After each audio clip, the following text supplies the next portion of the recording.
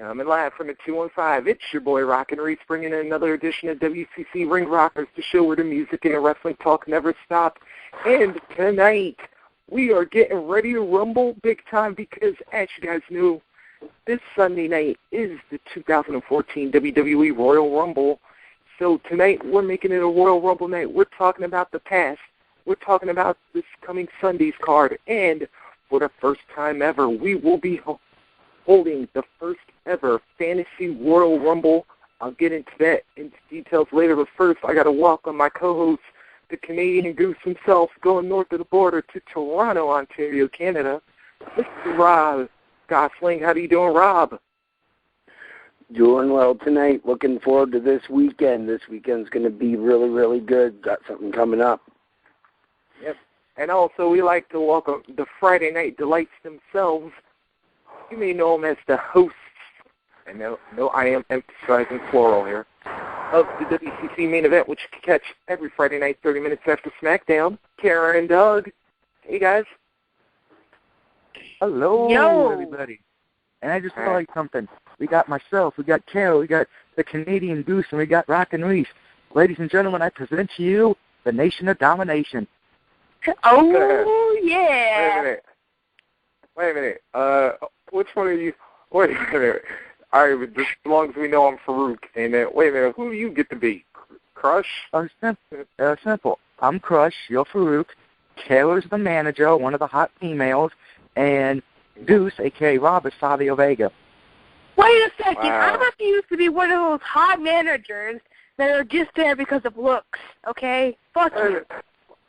Yeah, wait a minute. Actually, Doug, yeah, when did the Nation ever have one? And we'll get into that at another point. They do now. Anyway, that's another show. Yeah. Anyway, as always, I was sitting there thinking originally, because I'm the white guy and the Canadian, I'd be the Owen Hart of the Nation of Domination. Fine, you'll be the Owen Hart. I'm happy. Personally, but hey, what do I know? Anyway, moving on. All right. Anyway, WCC likes to remind you guys to support and defend your local independent wrestling scene. And normally this would be the part of the show where I'd be doing promotion, but with Mother Nature deciding to snow for the 1, 2, 3, 4, I don't know how many times it's been this winter, I don't know who's going to be doing what, but I do know one person who has something coming up this weekend. Yo, Goose, what's going up there with Smash Wrestling? Oh, man, we got a packed card, and it's off the hook. First, right off the hop, we got Brent Banks taking on Alex Vega, Rocksteady Alex Vega, I should point out. This is looking like the culmination of a really heated feud that has been stepping back since about July. Tyson Dukes, the Cyborg, is taking on the handicap hero and the only wrestler with cerebral palsy, Gregory Iron. Silesia Sparks is on one-on-one action with Vita Scott in female action. We are in tag team. We have Checkmate taking on the New Overdogs with Josh Alexander leaving for Calgary and unfortunately being out due to injury for 6 months. Sebastian Schwab has recruited John Greed as his partner as the New Overdogs. Matt Cross is taking on Scotty O'Shea and Kyle O'Reilly in a three-way. The Unbreakable One, Michael Elgin, is making an appearance against Johnny Gargano, and it's being headlined by the phenomenal one, former TNA star, and now, from my understanding, ROH. AJ Styles is taking on, also returning to ROH, Chris Hero. This is all for $20 at the E-Zone at North Queen and East Mall for $20, and right after the E-Zone has its own bar that is having the Royal Rumble for free. So for $20 you get all that action pack card plus the pay-per-view. And as always, make sure you follow Smash Wrestling at smash-wrestling.com, and then also look for them on Facebook and Twitter as well. Well, and as always, make sure you guys always keep tuned to what's going on because the cards are indeed subject to change. And as I said, this week especially because weather has been hectic especially if you've been here on the East Coast, we have been getting snow like crazy and ice and everything in between. But right? Let's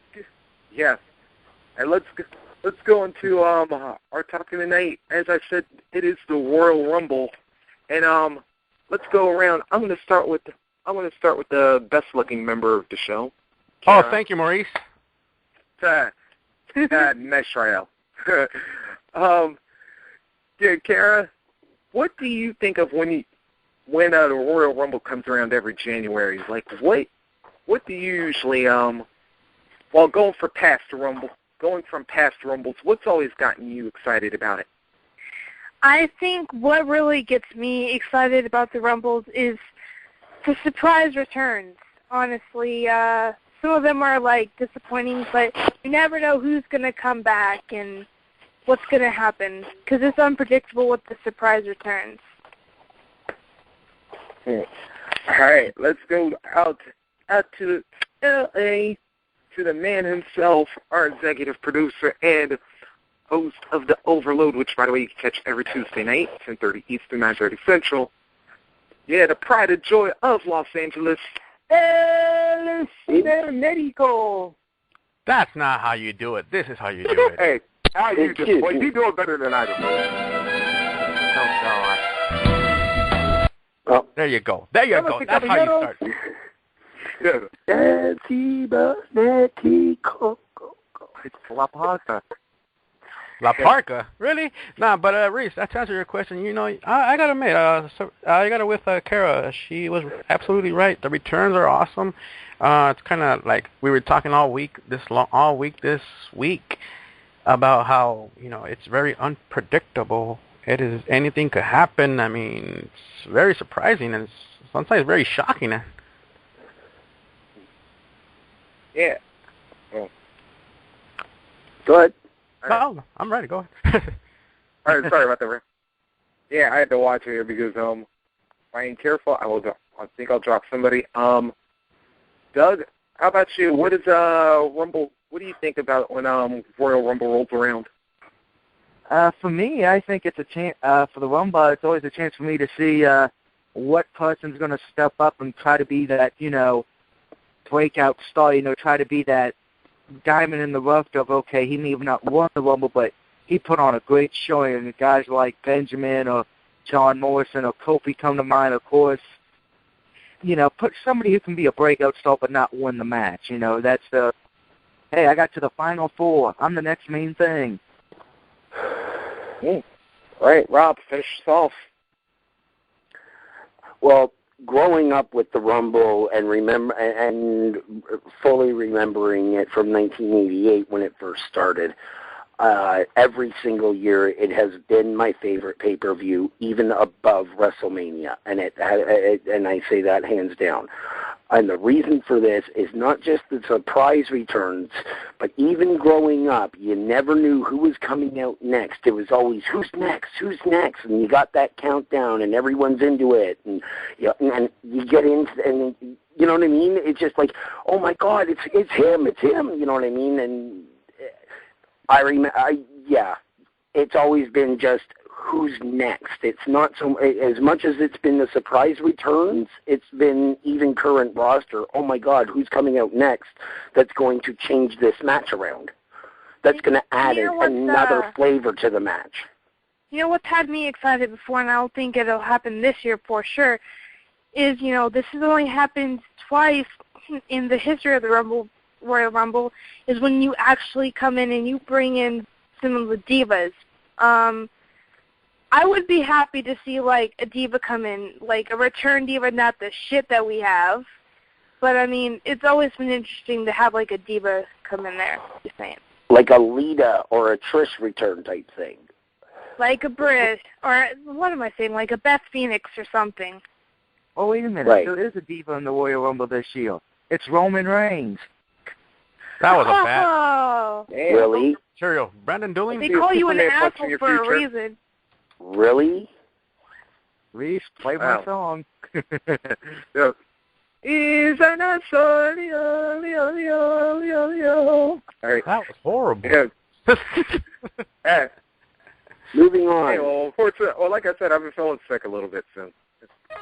All right, but anyway, I'm going to actually go with Robin. It was like, I actually love the countdown aspects because it's like, not so much of the people that are in the Rumble, but it's more when they come in. And it's like, yeah, and one of my most noted ones was like when Undertaker came in at number 30 in the 2007 Rumble, because at that point in time, Shawn Michaels was just on a tear right now because, well, he was in front of it's a hometown Rumble and whatever, but then as soon as Taker's music hit, then it was like, uh-oh, yeah, hell's about to come around, and it's like, yeah, it's like also when you see certain people come in early, and it's like, you're thinking, you're just one of your favorites, and then all of a sudden you see them there at the end, and then they wind up either being in a Final Four, if not winning the whole thing. Then it's like, the Royal Rumble's always one of those shows that always keeps you on the edge of your seat. So that's what it is for me. But moving on, let's go on to a favorite Royal Rumble match moment for everybody. Again, I'm gonna toss this one back to Kara to start off. What was one of your favorite Royal Rumble moments? From the, this only count the Battle Royal part. There has been so many fucking great moments in the fucking Rumble. So, I mean, it's really hard to take a pick. But, you know, I think my little biasism is going to show. I want to talk about last year's Rumble when Dolph Ziggler was number 1, and the surprise number 2 was Chris Jericho, and he'd been gone for months and months. So it was definitely like one of my freak-out moments, and definitely probably the only exciting thing about the Rumble last year. Matter of fact, I'm glad you brought that up because I'm getting ready to call everybody out there on the in the IWC. Yeah. All those of you that said y'all knew Jericho was coming back, y'all is lying because nobody in that damn arena knew Jericho was back. That's right. Mm-hmm. All right. What I find really annoying is a lot of people say that, this person's going to come back, and I'm like, you can't say that until it actually happens. Chris Jericho, he sees what people say, and he could be like, yeah, I'm not coming back just because everyone thinks I'm going to come back. Okay. Hell. Oh, man. I got to go back all the way to 2011. And no, it's not because Del Rio won that one. No, it's not. It was because the whole world was watching at that one. I mean, this is what I'm talking about, kind of what everybody was talking about right now, about how their favorite moments and this and that. But that 2011 was the one that not just WWE in the wrestling universe was watching. No, the whole world was watching because, dude, like they were being reported on TMZ, CNN, all these other sites and shit that don't have to deal with wrestling, and they got so into it because it was like, oh shit, Kevin Nash is at the airport. What the fuck, Booker T is here. Like, oh, what the hell, this guy is here and this guy is here. Like, oh, damn, this shit got good. Mm-hmm. And, by the way, I believe, correct me if I'm wrong, Reese, I believe that was a Rumble that had 40 people? Yeah, yes. That was the first 40. There you go. That was the only time it had 40. Alberto came in at 40, didn't he? Who? Alberto, No, didn't he come in at 40? No, it was no. No, actually, no. No, he was was one of the later ones, I know that much. Yeah, he was. That's the only reason. Yeah, you got that right. Good. All right, Dougie. Yo. My favorite moment. Reese, you brought it up.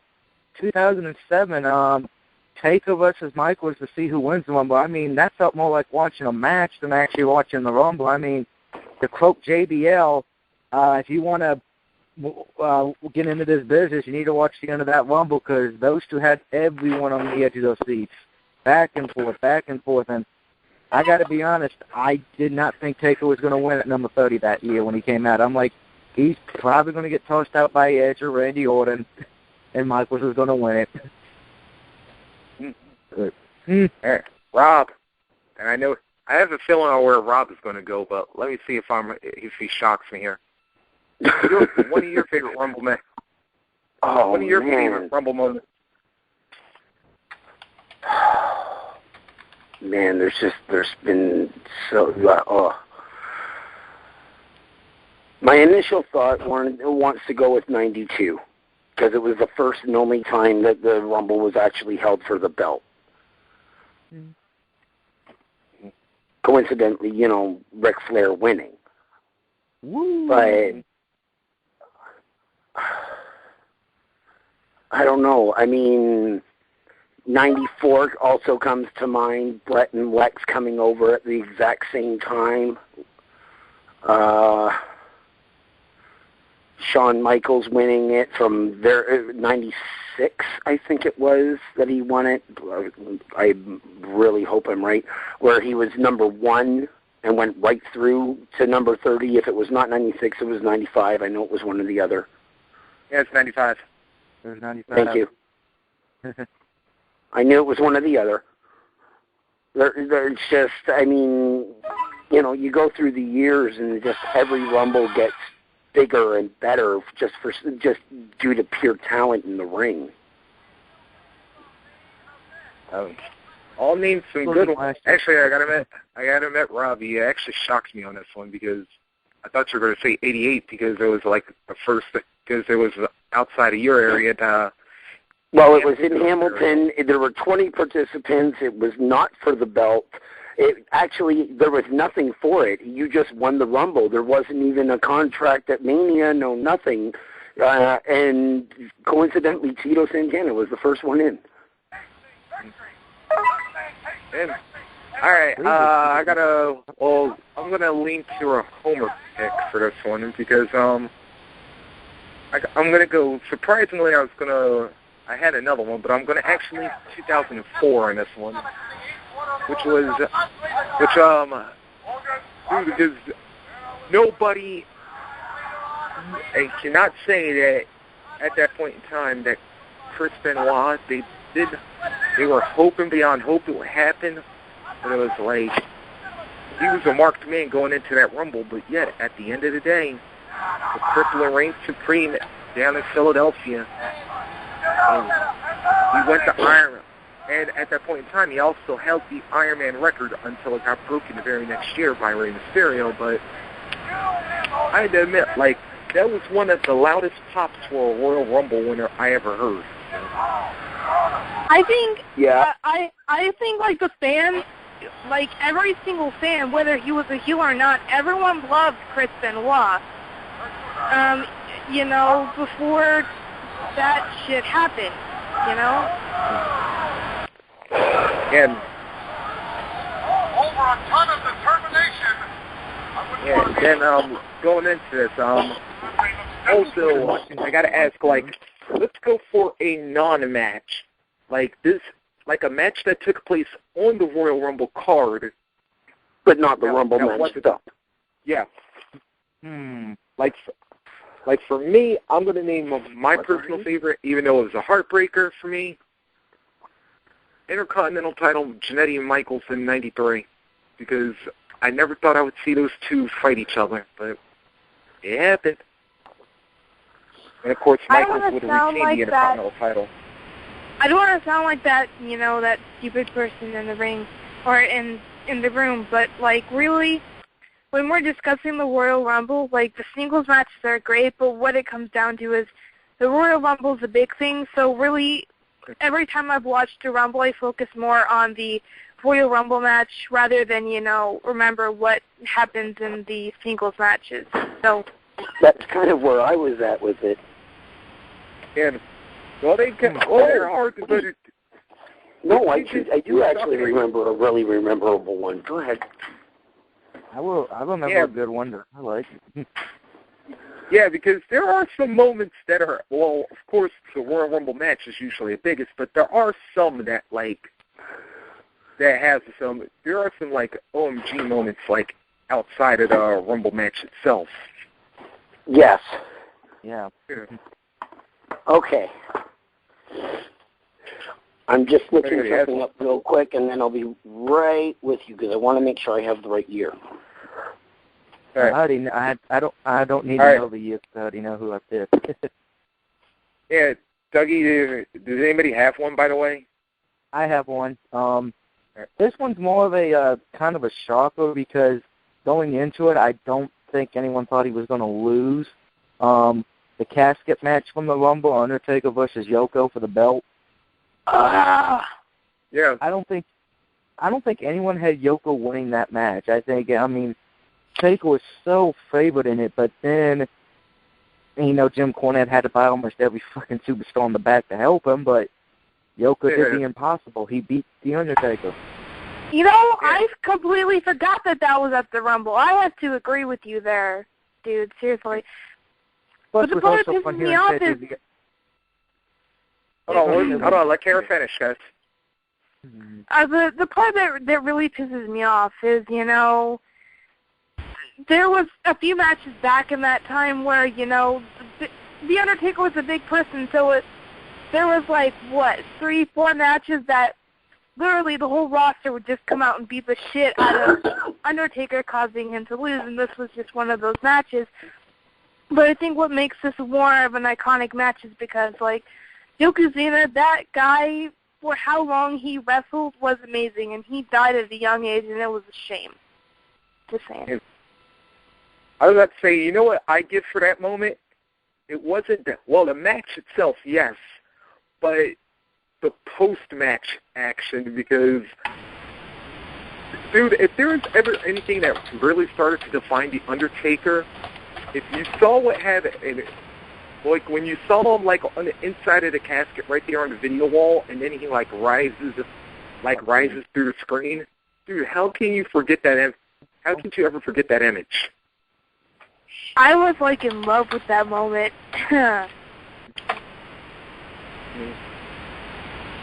Yeah, Rob, do you still have your pick? Yeah.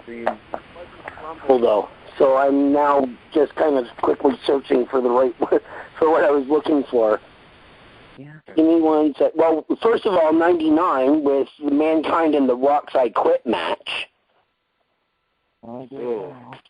With the 20 chair shots to the head. Hey, and Dewey and Nicole had to see it all. Those being mixed kids.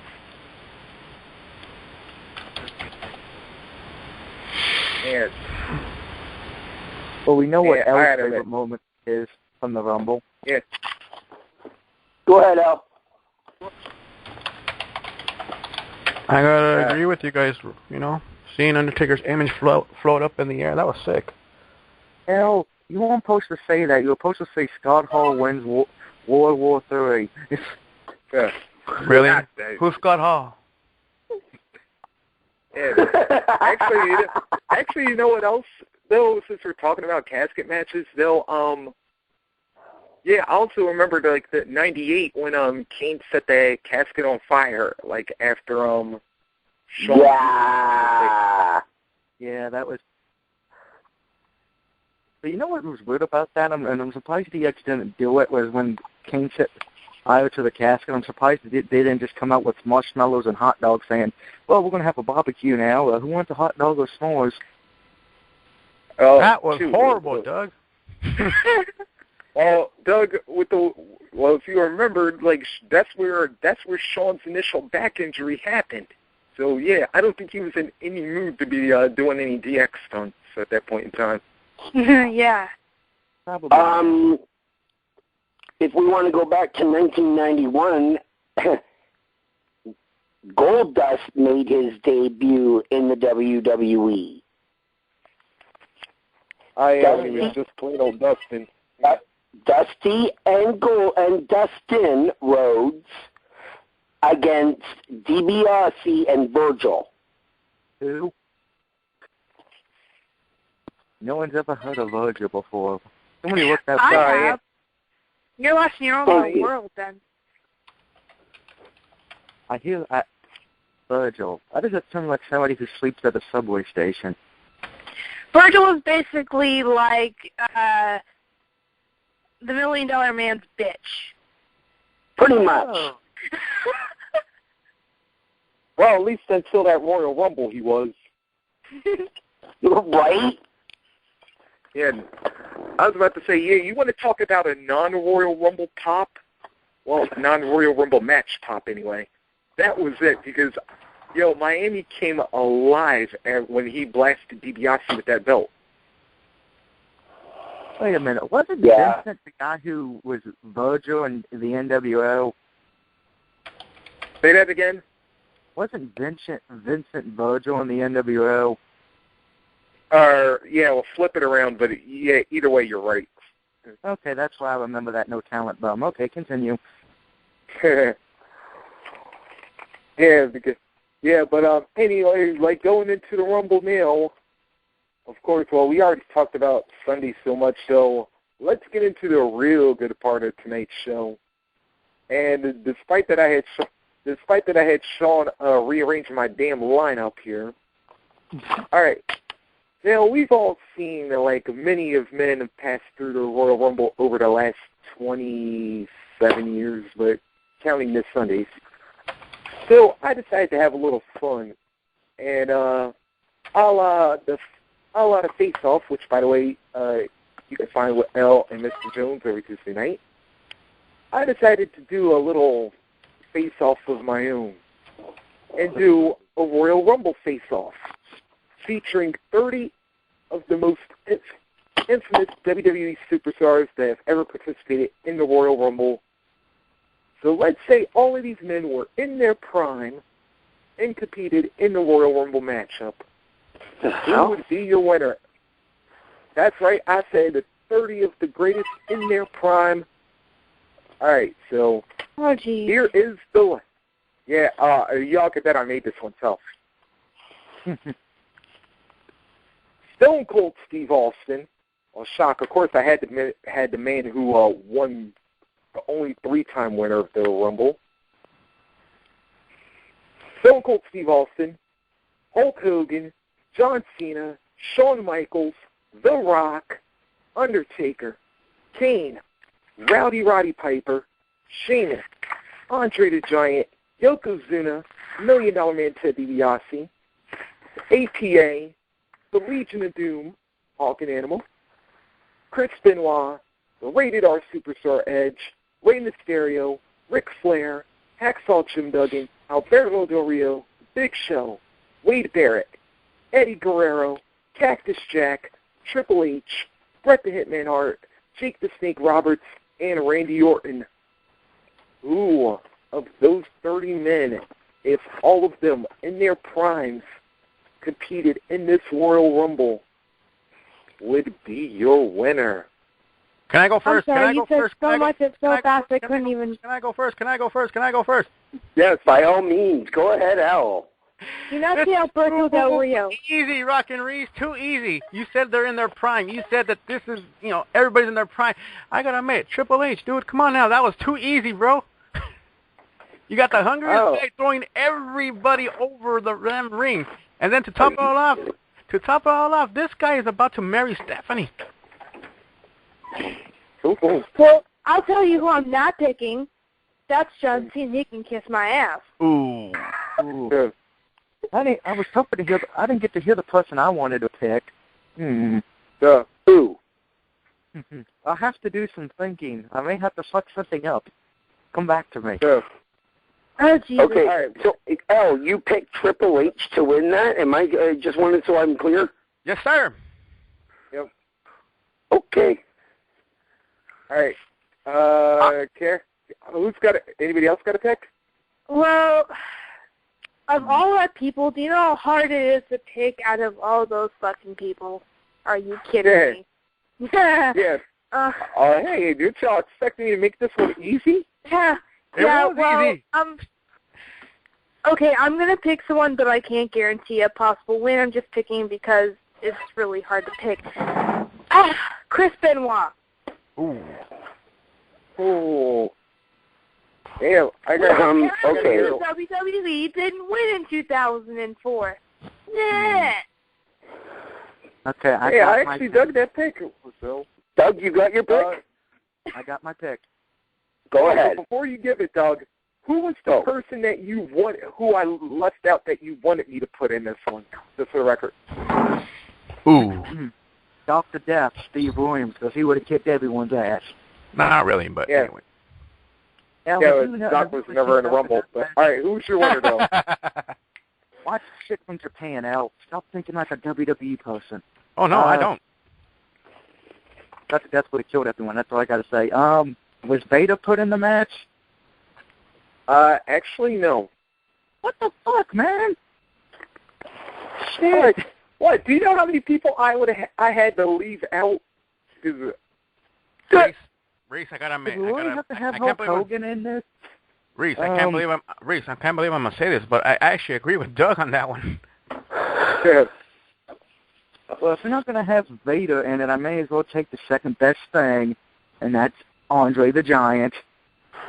Yeah, I was about to say, like, do you know how hard it is? I had to leave Macho out of it. Okay. You could like I said, there were some hard choices I had to leave out. I believe that. Now, that being said, we're going with people in their prime, right? Hold on, say that again, Rob? We are going with people in their prime, correct? Yes. Okay, if we are going with in their prime, it's got to be Andre. He never lost a battle royal in 20 years. If we are going in their prime, no offense, Andre. Also remember that Andre is one of the biggest guys, and you have all those people in their prime. Oh, I'm not saying that they're not a mark. It is a big man. They're going to all go for him. And if Andre didn't want to lose, there wasn't much anybody could do about it. Yeah, Just saying. I don't think they would go after Andre first. Knowing if they were all in their prime, I think everyone would be like, okay, we got to fuck up the three people that booking want to win. We got to toss out John Cena, we got to toss out Hulk Hogan, and we got to toss out Randy Orton. Then it's every man for himself. You're welcome. You know what? Yeah, you know what? As much as I actually love that opinion, Rob, and I'm glad you focused on the primes. I was about to say, remember, there's a whole difference between the Royal Rumble and your traditional Battle Royal. Because we've seen, like, if Andre gets an early number, he could get screwed in this one. That's a very good point. I'll give you that. He probably wouldn't have had the stamina. Yeah. And matter of the fact that you actually brought up my winner because, let's face it, if anybody set the bar on this one, you got to go with Slick Rick. Because if anybody had the perfect strategy, no pun intended to the late Kurt Hennig, Mr. Perfect, Ric Flair gave you the prototype on how to win the Royal Rumble. Because I give you that. If you remember half of that damn match, Flair was laying low. He was, as a matter of fact, at one point in time, he was the only man in the ring by his damn self. But it was like, Flair was laying low, and it was like, yeah, he just like let everybody else beat the hell out of each other, and then like he only got in when he needed to. Because if y'all remember, when Flair won that Rumble, he only eliminated 5 people. Yeah. See, and if anything else, when it comes to... And he came in at number 3. Yeah, when it came to backstabbing and dirty tricks, yeah, who better than the dirtiest player in the game? That's right. There is one, I have to go back for a second to Royal Rumble match moments that are memorable, at least ones that stick out in my mind. Please don't ask me which year it was because I'm not going to remember. Here's what I remember. Diesel in the ring by himself one of the bushwhackers comes down, swinging his arms, gets in the ring, gets thrown out, keeps swinging his arms. As the other one's passing him on the ramp, he's going up because he's already been eliminated. And it was just really funny. I don't think this guy stopped swinging his arms the entire time. He got in the ring swinging his arms, he got thrown out, kept swinging his arms, and kept walking up the aisle. It was one of the funniest moments I've ever seen in my life. All right. Yeah. Also, I was going to go for a non-match moment. I was surprised nobody talked about Owen finally officially turning on Brett back in '94, but... Yeah, that's not a bad moment, to be honest. I'll say this, the only thing nobody remembers of the Owen and Brett feud, and this is unfortunate, is the WrestleMania 10 match. People forget that great SummerSlam match they had in the steel cage, so... Only because it's King of the Ring. Anyway, we got to speed through real quickly. Just want to remind you guys, especially those of you in the Pittsburgh area, that this Sunday, Royal Rumble's coming to the Igloo. I don't know what the hell. Energy Excel Center. It'll be there at, starting off at 7:30, we got the pre-show. Tag team titles are on the line as the Codes defend against the New Age Outlaws. Then, of course, after that, we got the big Royal Rumble matchup. We got Randy Orton, John Cena for the WWE title. We got Big Show, Brock Lesnar one-on-one. Also, we have Daniel Bryan going one-on-one, Bray Wyatt. And, now don't hold me to this, there may be talks that they're actually going to have AJ and Naomi for the Divas title. Like I said, do not... What? Repeat that, please. Yeah, there may be talks about AJ and Naomi for the Divas title at the Royal Rumble. If they're still a match. If Naomi wins that, I'll lose faith in humanity. Well, I've seen worse contenders. Yeah, I was about to say, dude. I want to tell you to have that fucking belt. You could against a Bella, you know. True. I just want to tell you to have that fucking belt. I've been screaming about this for a while. It's how he's the only real diva, just saying. Okay, Isn't Naomi the one that just got married to Jimmy Uso this week? Yes. Yep. Okay, if she wins the belt, it's because they did it for Total Divas Season 3. I'm calling it now. And Start plus, something March. plus they need another reason for AJ to go crazy.